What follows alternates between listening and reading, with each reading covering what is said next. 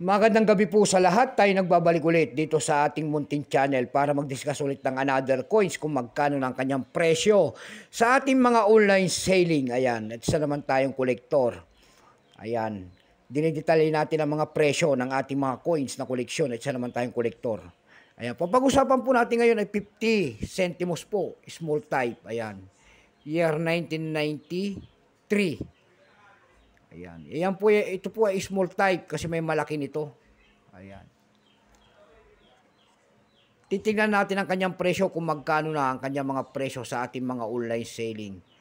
Ayan. Maraming salamat. Papasalamat lang tayo sa ating mga subscriber. Maraming salamat po sa lahat ng aking mga subscriber dyan. Thank you so much.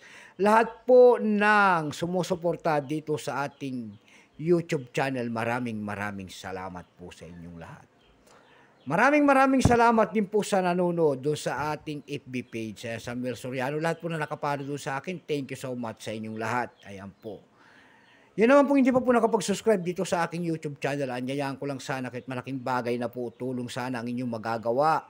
Baka pwede naman maglalambing lang po. Pakipindot naman po sana ang ating notification bell, like and share para ma-update ko kayo sa mga latest ko pang gagawin mga video po. Ito ang ating pag-uusapang barya, 50 centimos po ni Marcelo H. Del Pilar. Ayan.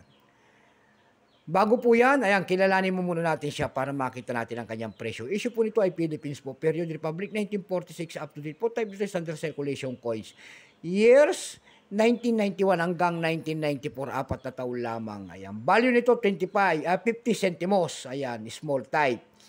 Currency piso 1967 up to date po, composition niya ay composition niya ay brass. May bigat lamang itong 3 grams. Ayan.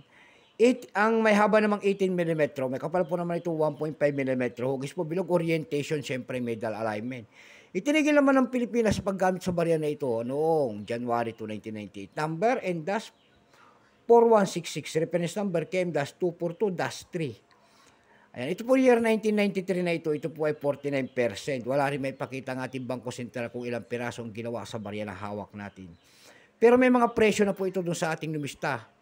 Ayan, binigyan na po ni Ginoong numista ng presyo sa ating, kung tawagin ng ating mga kolektor. Ayan.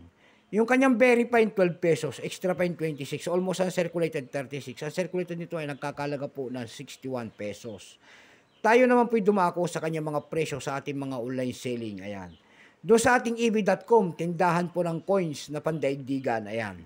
Sa eb.com po, meron na tayo nakita nagbebenta nito ng $10 doon. Nasundan po ng $9.99.